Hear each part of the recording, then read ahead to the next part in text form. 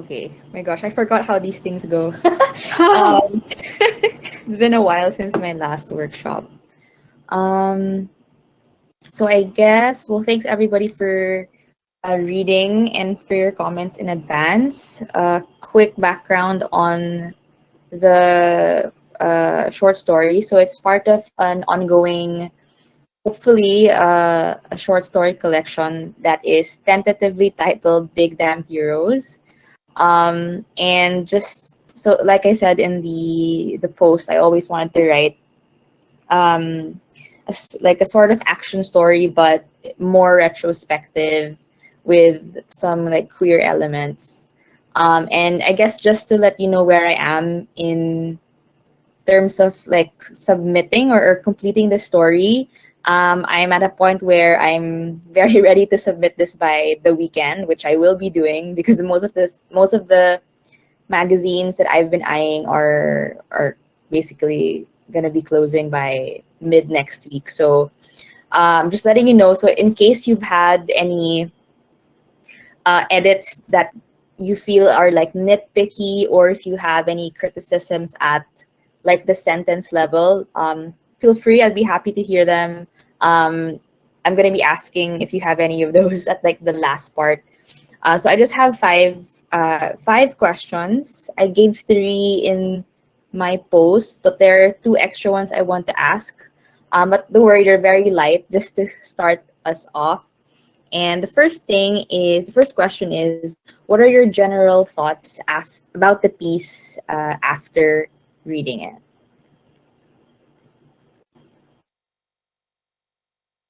I can start.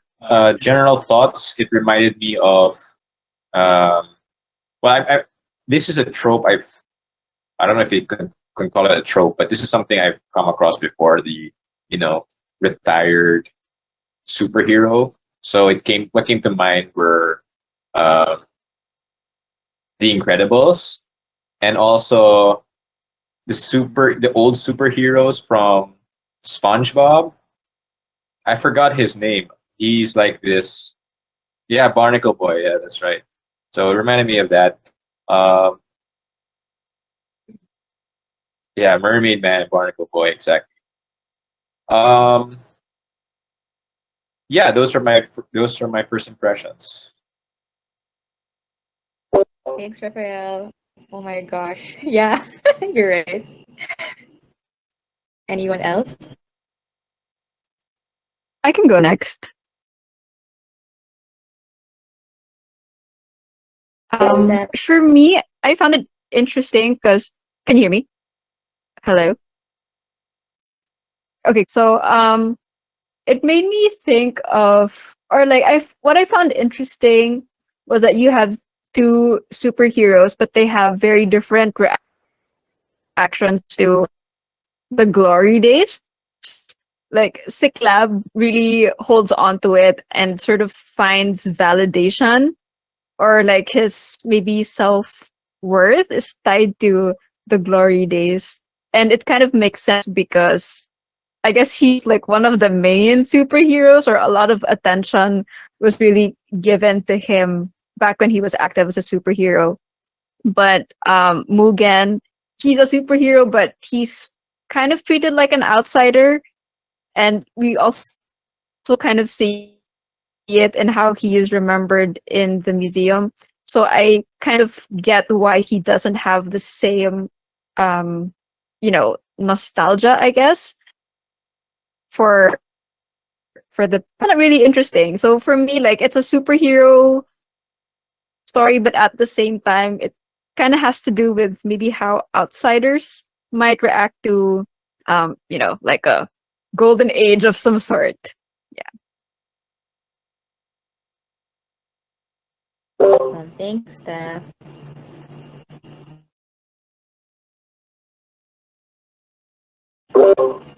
Does anyone else wanna say something, or should I go to my next question? Oh, shucks, am I unmuted? And okay, I'm the correct one. Your question was first impressions, right?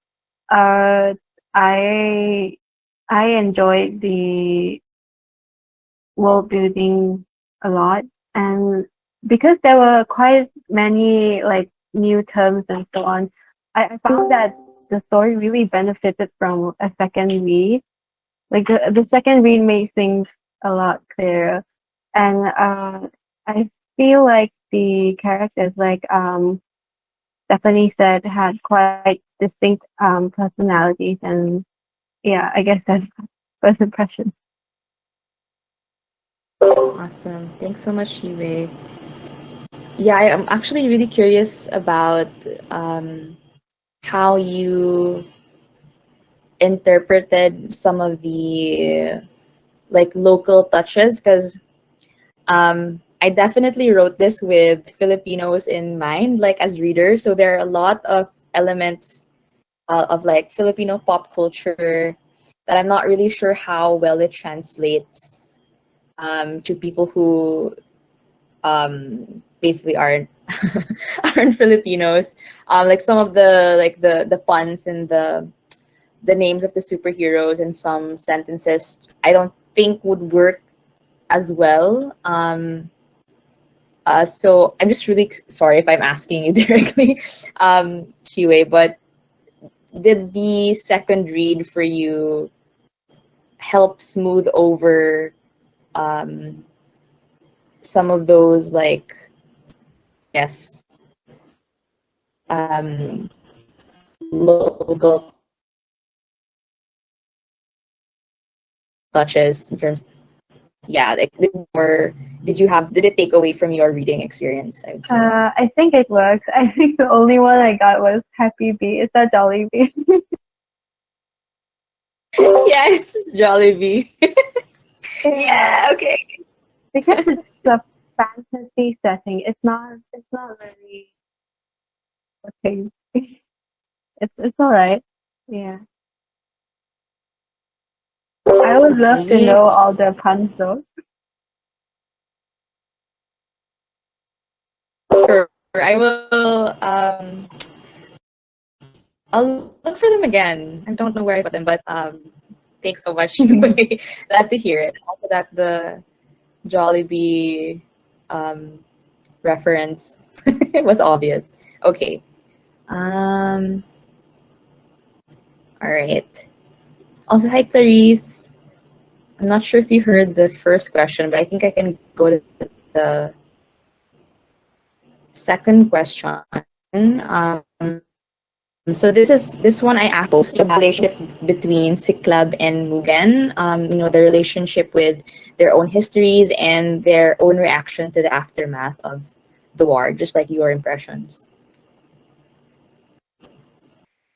Like, so what I thought about the relationship between Siklab and Morgan, I think it's so interesting. It's like because you see like this trajectory like that has already happened. The story, like their relation or their like the relationship isn't like it is developing then, but the big parts of it, like the big arc, which from what we see, is like from almost enemies to friends, like or at least like the only ones left. I don't know. It's really interesting. My impression, like I think after this, the second or third reread that I gave was that Club wasn't 100% sure that they were friends up until the ending, and I think like as in like that balance between are they friends or are do they stick together very specifically because they are the only ones left, and I think that question is answered by the end. And I don't know, like I think it's like it's very sweet. Like for me, the relationship is really like complex, and you did like a really really good job of showing it. So yes. Aw, thank you so much, Clarice. Um, that's also really what I wanted. It's what I was going for in terms of the relationship. You know that trope where you have this one-sided rivalry where one person is just like, I'm gonna best you, and the other guy is just like chill as hell. That's sort of where I was going, at least the inspiration for it. So thanks so much, Therese. Anybody Oh, I else? love that. Like, you can definitely see that, especially with their younger selves. Yeah.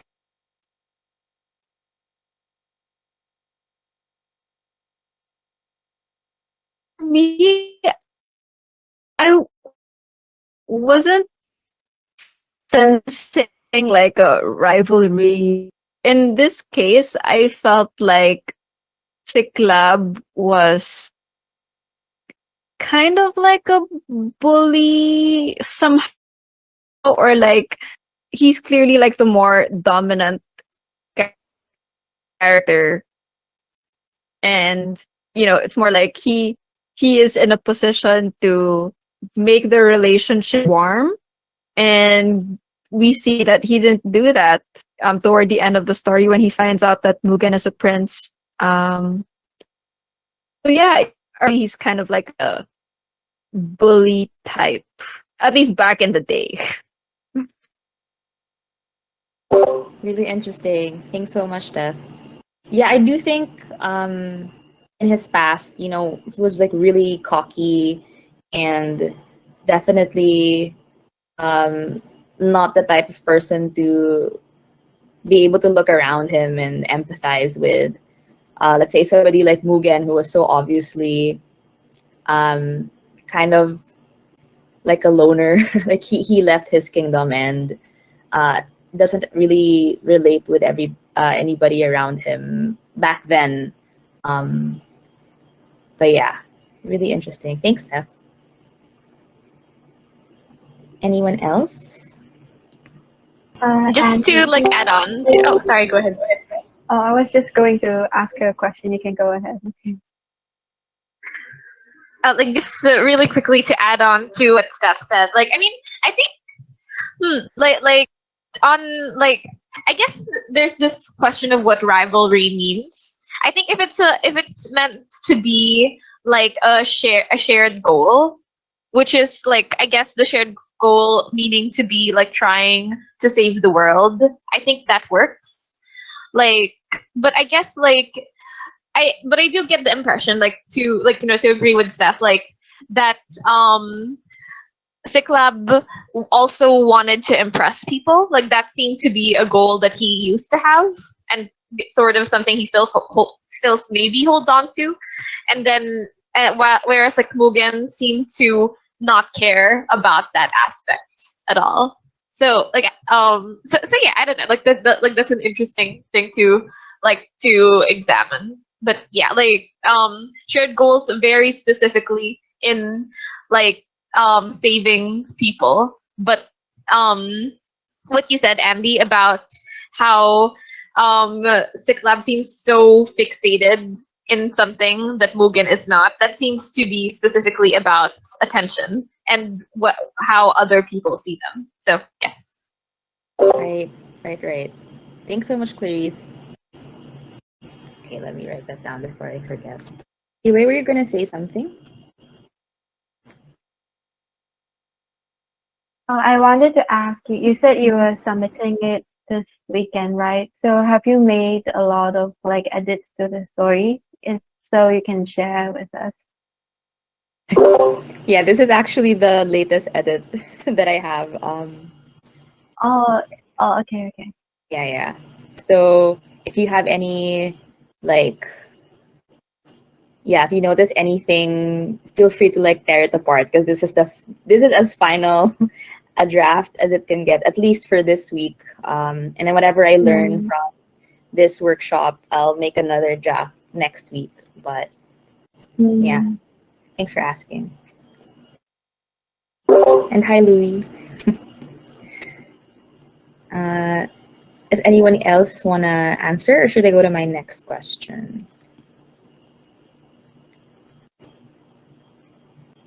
I think you can go to your next one.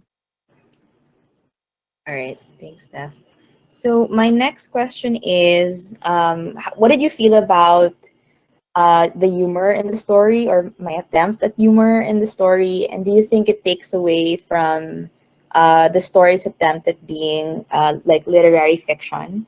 And I guess to give context to my question, my assumption is, when at least from the stories that I have been reading in the magazines that I admire and want to submit my work at, there's really not a lot of like, um, I guess, humor of this kind. Where I write from, like the school of writing that I come from, is definitely young adult slash like tropey fan fiction, and I also write like definitely like literary stuff. And in this story, I kind of tried to do both. I'm not sure how that worked.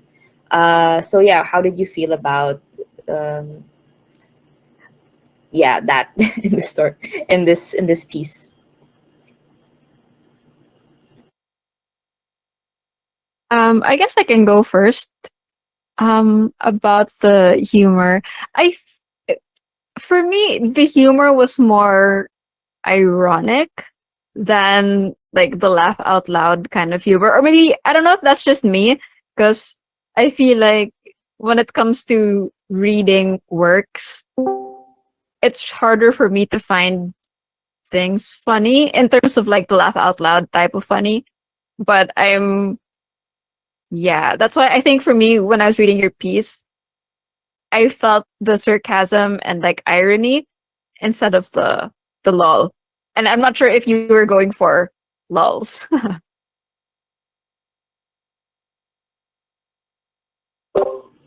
Yeah, actually, I think you're right. I was really going for more of a um ironic type of feel. Because I was, it's really like there was a version of this story that really delved into the trauma of, like PTSD, and it was really heavy, and I didn't want to go that route. I think it was more effective to talk about the experience of what Siklab and Mugen went through, especially like Siklab, like losing a loved one. Through, I think, was much more effective when you put like a layer of of like humor over it. But I don't really write humor. Uh, at least I don't think I've tried it actively in a piece like this before. So good to know. Thanks, Steph, that it was more of like that type of humor. So thank you. Anybody else? I think that the humor, it suits the character. He's quite the spunky type. But there's one sentence I feel like you can remove. It's on the second page. Last sentence. Big Boy is a fan favorite. I feel like starting from what until massage, you can remove that whole line, and it still sort of means the same thing. Just to clarify, Shiwe, you mean remove the Beat Boy as a fan favorite, or like the No, last? like, yeah, the last sentence, because I feel like from Big Boy until like her, it already has that meaning of the second part. So yeah, and I imagine because it's quite heavy when they are inside the exhibit, right? So because this particular joke seems quite light-hearted, I feel like it takes a little away from the atmosphere, and what you wanted to say is already captured in the first sentence. So from what until massage, basically. Right. Thank you so much for catching that. Okay, I'm noting that down. Thanks, Steph and Shiwei. Anybody else want to answer? It's, on my part, like I don't like me. I don't mean this like in a bad way. I think actually it was like really effective. But like for me, it wasn't funny. But it wasn't funny because the jokes weren't funny. It wasn't funny because the sadness of the entire piece, like kind of like bled through everything else.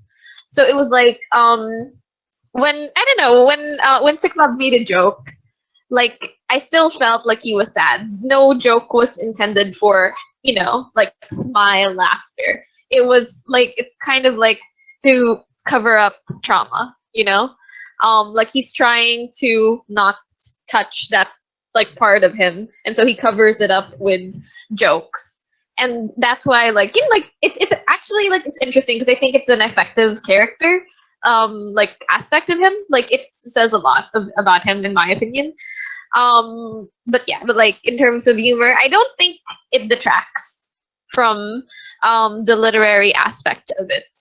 But it isn't like laugh out loud funny. It's more like it informs who this person is. So that's me on my part.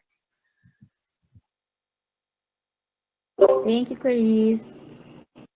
I think it's yeah, I'm glad to hear also that him being the type of person to like joke about like his effed up life is a character trait that works for him. So good to know.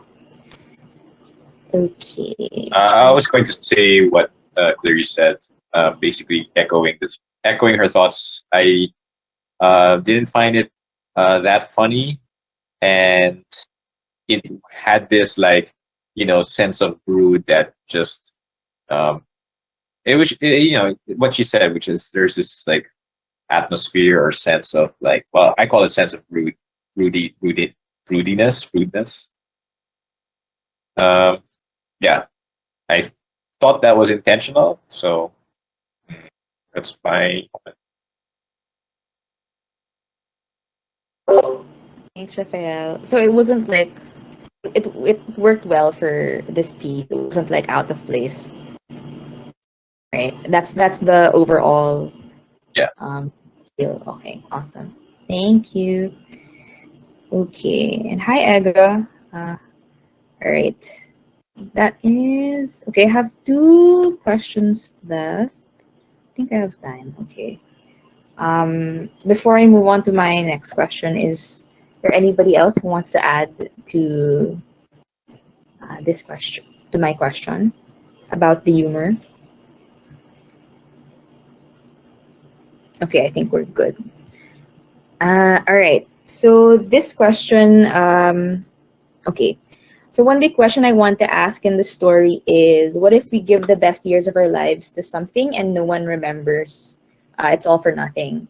Do you think that there's a satisfactory answer by the end of the short story?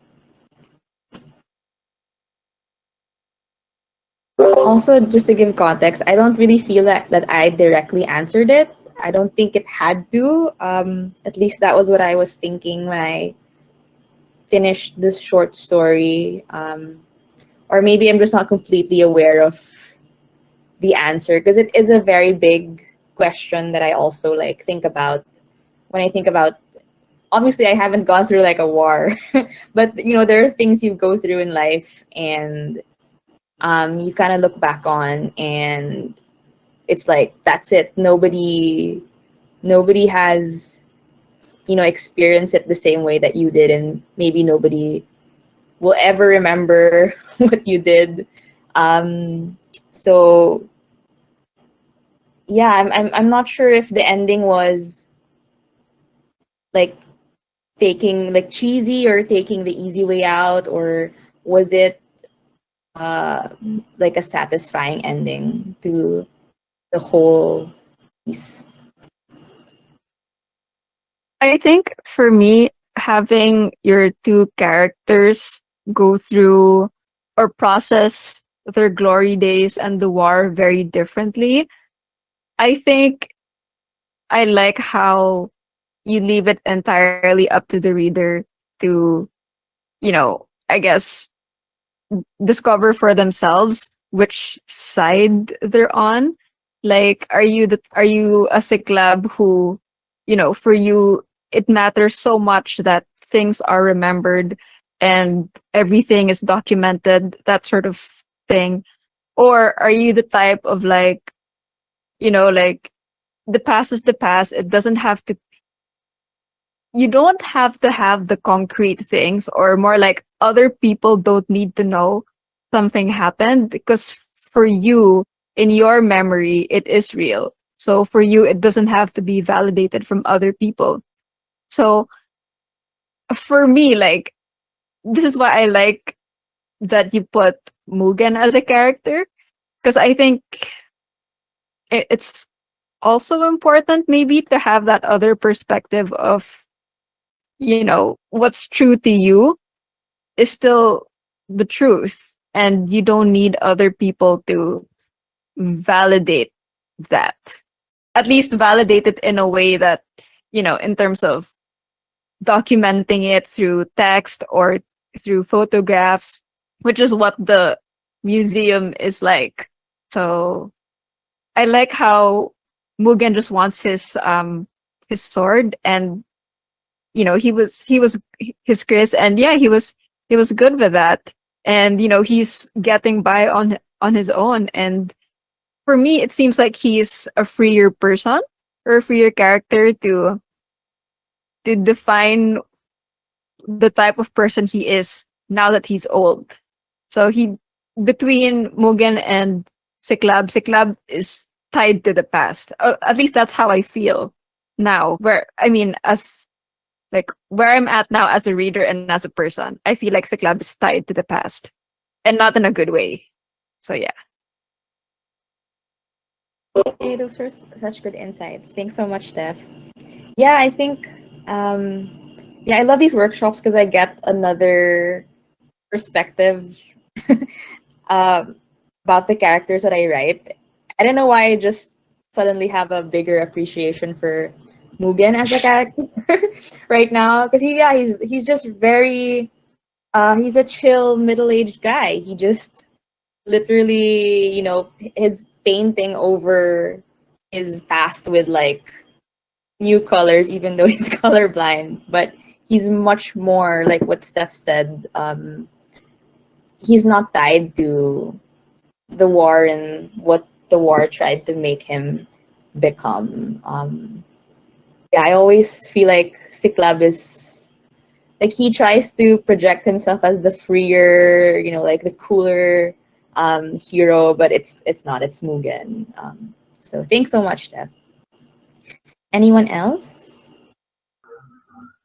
Okay, like I have like a thing, like it's okay, this is like, okay, this is kind of long, like because so three things. Okay, like first thing is something that occurred to me like only now, like I'm just looking at your story again. I'm suddenly looking at your story with the perspective of historical revisionism and, well, like in martial law and stuff, and that like, and that just kind of occurred to me now. Like if everything was erased or distorted, like does the efforts does the effort still matter? And I don't know, like that only occurred to me like literally just now. And I don't know, that like that's an interesting thing, thing to take away from it. Like I actually, like, because it just occurred to me just now, I haven't actually delved into that, but I'm putting it out there just so it's like something you can consider about this. Second thing is like I can't, like, I think I don't know what happened in the war. Like it kind of occurs to me like we don't exactly know if they won. You could take away that they won because humanity is still alive, but then again, this could be like a post-Infinity War situation wherein like half of the population died, but some heroes are still alive. Like even the relationship between the public and the heroes is like somewhat ambivalent. So I think that's a really interesting like lens to like look at it through. Like I think something you could do if you wanted is to like state within the story the outcome of the war either way. But it's interesting that you don't, because within this iteration, like it further emphasizes that Mugen really isn't tied to the war anymore because he's not actually thinking about its outcome. He's like, if anything, it's about what he lost in it, which is, like I think Bailey and the people that he couldn't save. And like the last thing, like the answer that you give and whether or not like you gave an answer, like I think like the closest thing to an answer that you give for me, like my interpretation of it, was that confirmation of like friendship between him and between Stikla and Mugen. Like when I said earlier, I don't think the club completely knew exactly where they stood, whether or not they were together because they were the only ones left, or because they cared about each other. And in a way, Mugen answered that at the end, that like he had another home to return to, but he stays for Stick Club. And actually, like, and I think that's very interesting because I think for throughout the entire story, it felt like Stiklab, when he was young, was being told he's valued for his powers, for what he could do. And it's really interesting that at the end of the story, he can't really do anything. He's not as fast. He isn't as like as super powery as before. And yet this rival that he has, that like they seem to have hated each other's guts a long time ago, sees something worth staying for in him. And for me, that was a satisfactory answer. So yes. Oh, thanks so much, Clarice. Wait, my notes are so much. Thanks so much for noticing that. I also I definitely will think about the angle of like exploring historical revisionism, and interesting also that you brought up the ambivalence of people and like the outcome of the war. And I just when I was writing this, I also realized that I don't even describe like who they're fighting. Like, are they aliens from outer space? Are they like evil heroes? I don't know if I should, because I always felt like the center was the relationship and the characters. Everything is going in the head. But anyway, I'm running out of time. Okay, I have one last question. It's really about how I can improve. But is there anybody else who wants to share their thoughts on if I answered the question by the end well? Hey, Andy, I wanted to ask you, like at the end, right? Did you mean how much agency did you want Cyclops to have when he conjures the portal? He's the one who conjured the portal, right? Yeah, I wanted him to do it. Maybe not like completely consciously, but he wanted to help Mugen out. I really like my thoughts on the ending, similar to Stephanie.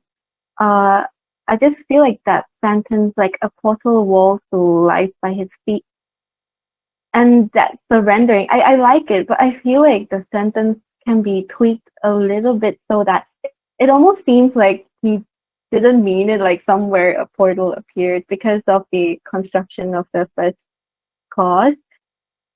You could think about that, but I like the ending and the open-endedness.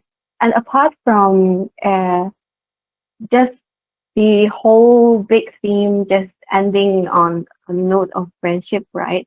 I think you can also consider, like, apart from saying the diner's lights winking out, you can also mention, like, maybe they're gone and then what happened at the diner, like maybe nobody notices or something like that. That could be really great.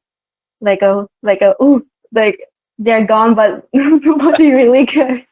I think that would be a great way to leave like an echoey. I love that so much, Yue. Thanks so much for pointing that out. And yeah, you're right. I think the sentence about the portal opening is quite passive, so I will revisit that. Thank you. Sorry, Steph. How many minutes do I have left? 3 minutes. 3 minutes. Okay. So, my last question is basically if you have any other points for me to improve the story as I am submitting this tomorrow. Yeah, feel free. Okay, I'll jump right in because we have 3 minutes left. Wait, can you mute yourself? Yeah. So this is just like the nitpicky edit that you were asking for at the start of the workshop. I think at some, like, there were times, I don't know if it's just me, that I found it hard to know if you were referring to Siklab or to Mugen, because both of them are he. So there were times that I don't know which he we're following anymore, or like there's a dialogue and then he says it or he's the one who does something. So I think it would help to make it a new paragraph if ever, if we're following a different character, or to just say the name, which is also okay.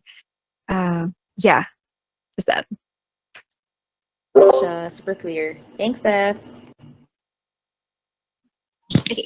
Also, to jump in, there are times when you used like sometimes you used like quotation marks and italics, like when they're talking to each other. Sometimes within like the same scene, it could potentially be because like I haven't analyzed this aspect yet, but also like I will say like just on I think this is my within my second reread, I still haven't understood why like you differentiate both yet.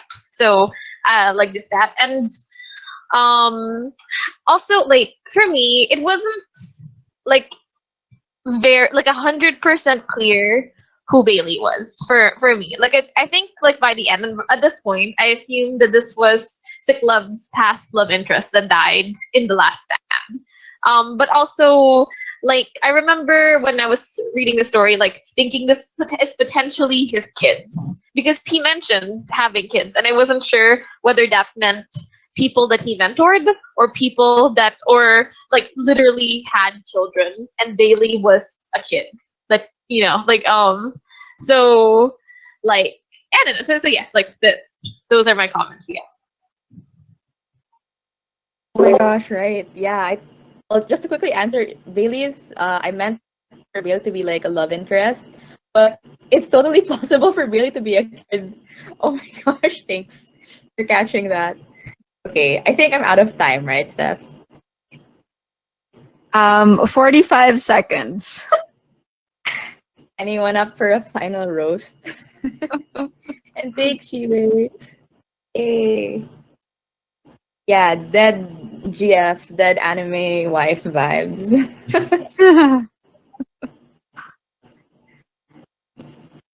Oh, sorry, Andy, I had a question here. Oh wait, never mind. Sorry. I think I figured out the answer when I wrote the question. I mean, on my notes. Scrap that. So everyone is good? For Andy's? Andy, you good? One super last question. Sure. Just a yes or no. Was the queer vibes felt, or was it a totally like bro feeling that you guys got from Mugen and Siklab? Yes. No, I got broke. Bro vibes, or like the I queer didn't get vibes? any gay vibes at all. To be Yeah. fair, it's hard to read into queer vibes if a person is very used to seeing heteronormative stories. Yeah, So it's a I did very not get hard the impression that question. they were gay Yeah. whatsoever. Mm. I just remember thinking when the receptionist was like, I think it was the receptionist, because he made this like side remark or something about how she thought it was so cute that or like she would go back to her husband or something like that and tell him. Yeah, and it just made me like think at when I was reading that, like, because sometimes you're hanging out with your bro and you're just a doobie when you're like, you're just like, oh man, all these fucking people are gonna judge because like it's two bros hanging out. Well, what are you gonna do? It's just bros hanging out, right? You have to be gay. I guess maybe like I shut myself out to that possibility because I was just like, yeah, man, it's just two guys. Yeah. Super valid though, Rafael. Like completely valid. I would say there was like a hint. Can you mute yourself? There was a hint of them potentially being a couple, because there was that person in the museum who tells like her husband or something like, oh, why they're still so sweet, as old people, like why can't we be like that, something like that. And it just made me think, oh, okay, so maybe they're standing closer to each other than what's usually like how bros would stand next to each other. um yeah, I wasn't sure if it was queer, but definitely I got like cute old people vibe of, when you see like old people in museum and then they're just like taking pictures of each other and stuff like that. I was like, oh, that's so cute. So that's me. I think just to quickly put in, like, my perspective from this, I think, is just like, or like where I got it, I think, was just because when I was reading that, like, that kind of epiphany in the end, wherein, like, that, like, Siklab said, no, sorry, Mugen basically says, without words, I stay here for you. Like, it could 100% be a friendship thing. Like, but also, like, for a second, like, is this a romantic confession? Like, for a second, and then like, well, it's probably a friendship thing, and then like, then it continued to the ending. But yes, like that is where I got that from, specifically how close and complex the relationship is. But I also, like, it's not necessarily because it's romantic. Yeah. Interesting survey. Thanks so much, everyone. Okay, I think I took enough time, but super helpful. Thank you. Good job, Andy. Yay.